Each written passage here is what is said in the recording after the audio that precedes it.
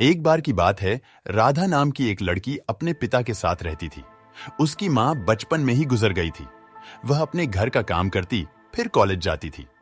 College जाते समय वह रोज रास्ते में एक जगह पक्षियों को दाना डालती थी। उसके घर में भी दो पक्षी थे, उनको भी वह रोज दाना डालती थी। एक दिन उसको पक्षियों को दाना डालते जमींदार के बेटे ने देख लिया। उसने अपने पिता से जाकर राधा से शादी करने की इच्छा जताई। जमींदार ने राधा के पिता से बात करके अपने बेटे की शादी राधा से करा दी। राधा अपने साथ घर के पिंजरे के दो पक्षी भी लेकर ससुराल आ गई। वह उन पक्षियों को रोज दाना डालती थी। राधा की सास को यह बिल्कुल भी पसंद नहीं था। वह उन पक्षियों को परेशान करती थी। वह उनका दाना पानी जमीन में फेंक देती थी।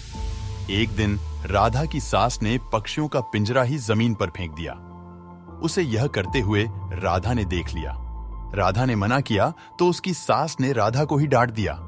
इन सब बातों से राधा परेशान रहने लगी। एक दिन राधा के पति ने परेशानी का कारण पूछा तो उसने सारी बात बता दी।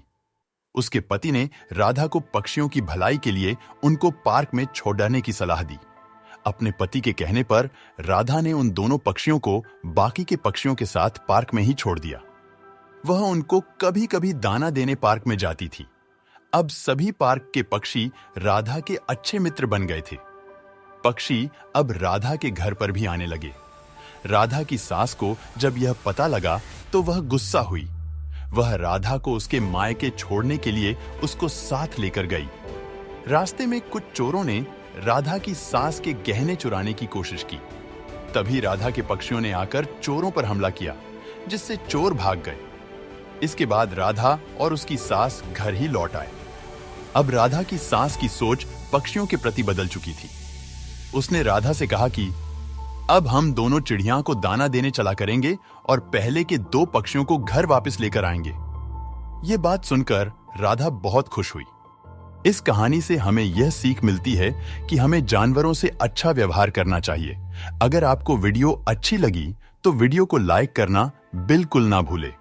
मैं आपको इसी तरह की वीडियो लाता रहूंगा। और कमेंट जरूर करें कि आप अगली कौन सी कहानी सुनना चाहते हैं।